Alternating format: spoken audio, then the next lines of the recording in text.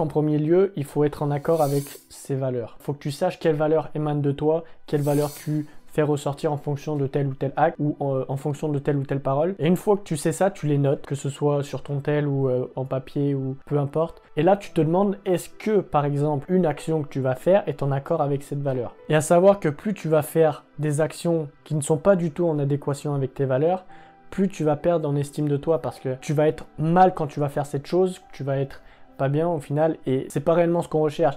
Il faut que tu te demandes qu'est-ce que je peux faire qui va justement honorer mes valeurs, qu'est-ce que je peux faire qui va encore plus me glorifier personnellement, que je vais avoir plus de gratitude personnelle. Et une fois que par exemple tu connais tes valeurs, tu sais pertinemment que ce que tu peux faire et ce que tu peux pas faire. Tu vois par exemple une personne qui a des valeurs qui sont contre tout ce qui est alcool, boîte de nuit, etc. qui va justement en boîte de nuit, se défoncer la gueule, danser, etc., profiter. Le lendemain, quand elle va se lever, elle va pertinemment se sentir comme une merde. Parce que cette personne va se dire pourquoi j'ai fait ça, pourquoi j'ai fait telle ou telle chose, pourquoi machin. Et là, ça va encore plus détruire l'estime de soi, le peu d'estime de soi qui reste. Sur le papier, tu vois, c'est super cool d'aller en boîte de nuit, de profiter, de se mettre des grandes vodka dans la tronche, et puis par la suite de rentrer chez soi. Mais est-ce que c'est quelque chose qui est vraiment en adéquation avec tes valeurs? Si la réponse est non, c'est pourquoi tu fais cette chose? Pourquoi tu vas à l'encontre de tes propres valeurs? Est-ce que c'est pour faire plaisir à quelqu'un? Est-ce que c'est pour faire plaisir à si? Mais je veux dire, si même si pour faire plaisir à quelqu'un, pourquoi tu fais plaisir à cette personne? Tu vois, je vais te donner mon propre exemple en tant que mec. Quand on parle, tu vois, c'est toujours ouais les meufs ci, les meufs ça.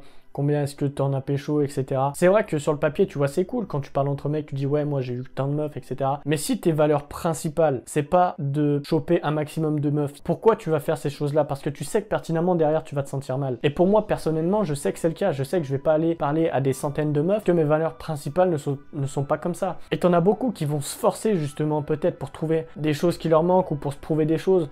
Dans beaucoup de cas, ça va certainement être pour se prouver des choses en fait. Mais le but, c'est réellement d'augmenter l'estime de soi. Et si tu commences à aller à l'encontre de tes valeurs, déjà que t'en as pas beaucoup, tu vas perdre le peu d'estime de toi qui te reste. Faut que tu rencontres des personnes qui sont de même valeur que toi.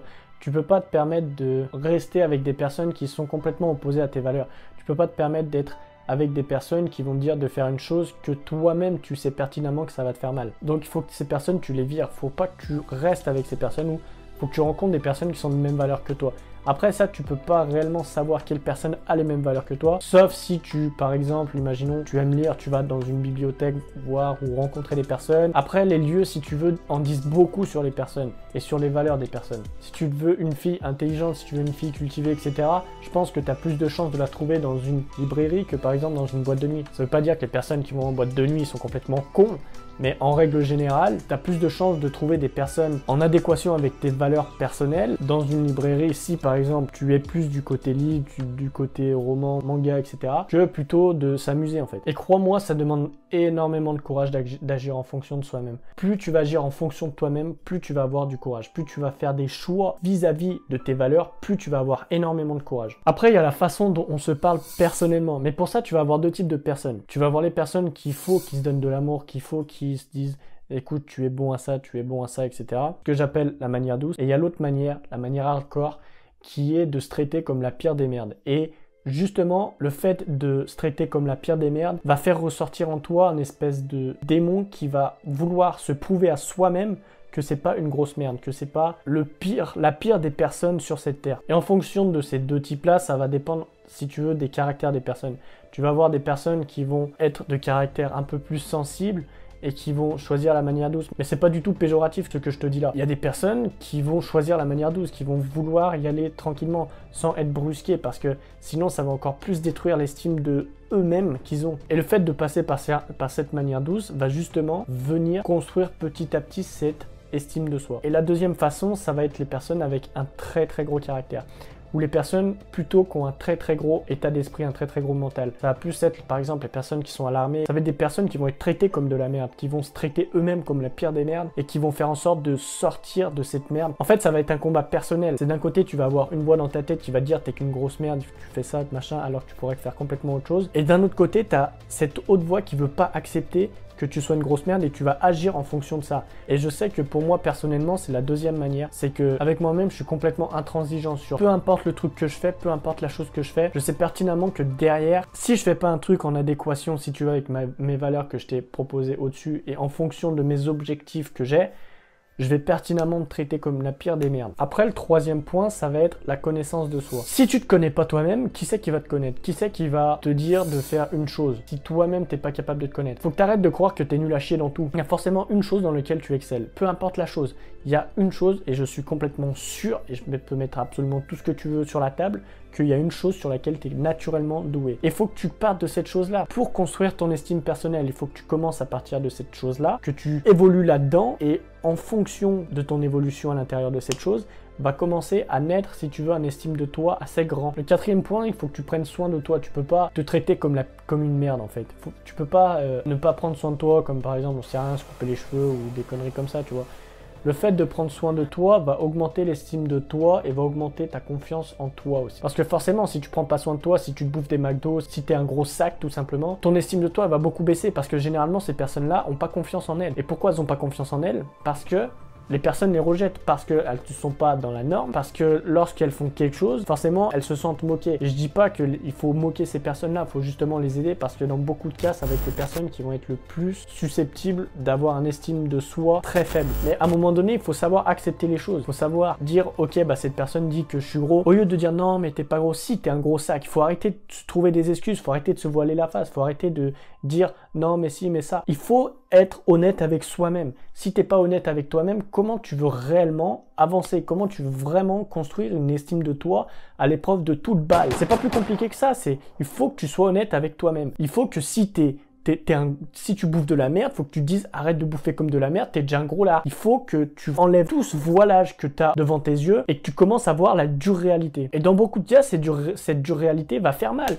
Mais le but, c'est pas de dire des choses qui te plaisent, c'est de dire des choses qui vont te faire évoluer. Et moi, je suis pas là pour te dire des trucs qui vont te faire plaisir, je suis pas là pour te dire des trucs qui vont flatter ton ego. Je suis là pour défoncer la gueule de ton ego, je suis là pour te dire t'es qu'une merde, bouge-toi le cul. Et une fois que t'as fait ça, une fois que t'as complètement enlevé ce voile qui est devant toi, là, tu vas commencer à avancer, là, tu vas commencer à faire ça, là, tu vas commencer à faire ça.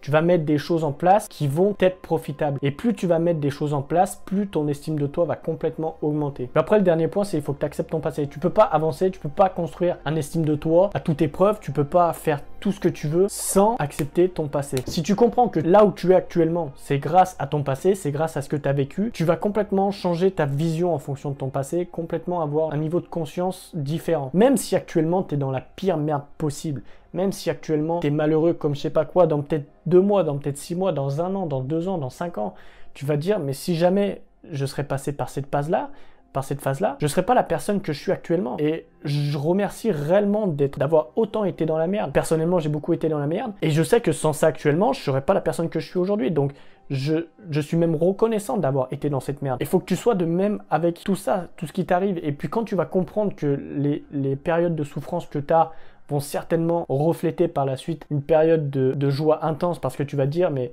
sans ça, j'aurais pas ce niveau de conscience, j'aurais pas fait telle ou telle chose.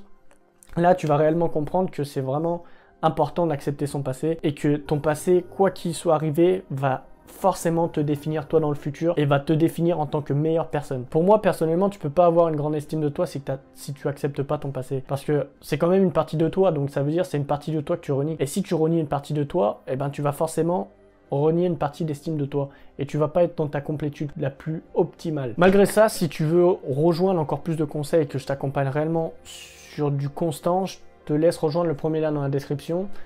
Tu vas tomber sur mon canal Telegram et par la suite, je vais t'accompagner et je vais te donner énormément de choses pour que tu puisses réellement développer, que ce soit ou estime de toi, ou confiance en toi, ou être plus heureux dans n'importe quelle chose. Sauf que je vais pas te dire des conneries du style, il faut que tu répètes 200 fois des affirmations positives. Je vais vraiment aller au cœur du problème et je vais te donner absolument tout ce que les personnes n'ont pas l'habitude de voir. Parce que je suis dans le développement personnel, certes, mais à contre-courant. Moi, j'en ai fini avec toi. Je te dis à demain. Bisous!